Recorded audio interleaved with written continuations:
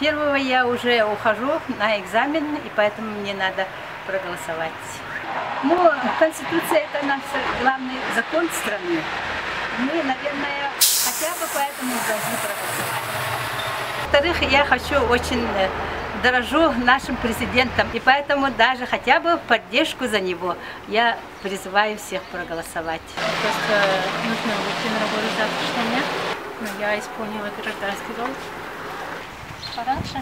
Обстоятельства, конечно, мнение каждого нужны, ну, так думаю. Нужно, конечно. Ну, не знаю даже, что это даст. Но хотелось бы лучше. Ну как, нужно? Ну как-то основной закон, надо голосовать. Добрый день. Как социальный педагог, конечно же, меня волнуют в поправках социальные изменения. И я вижу и прочитала эти поправки, что в них очень много сказано про жизнь пенсионеров, да, про социальный статус, про социальную помощь, про льготы инвалидам. И мне это очень нравится. Мы находимся в 735-м участке УИК, который находится в 16-м квартале. И в 16-м квартале проживает больше 10 тысяч человек. И сегодня я, как волонтер, я общественный наблюдатель, нахожусь на этом УИКе с 2 часов. И я очень удивлена, что люди идут голосовать.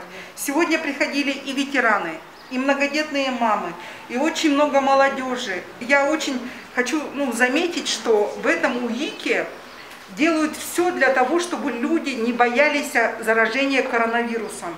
У всех измеряют температуру. Всем выдают ручки, всем дают маски, перчатки, и люди могут не бояться идти голосовать. Здесь приветливые члены УИК спрашивают адрес. Сказав адрес, показав свой паспорт, вам дают бюллетень.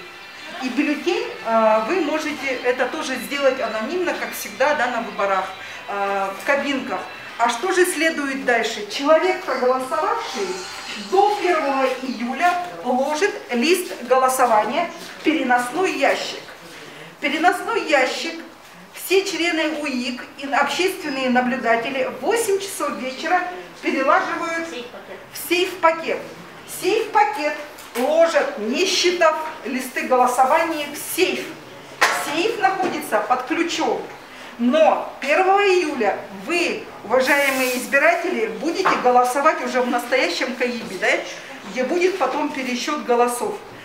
Уважаемые избиратели, как житель города Якутска, как россиянка, я болею за нашу Россию. Россия, она большая, она прекрасная. И я так хочу, чтобы наши жители, наши горожане жили прекрасно, жили в хороших условиях. Пожалуйста, приходите голосовать.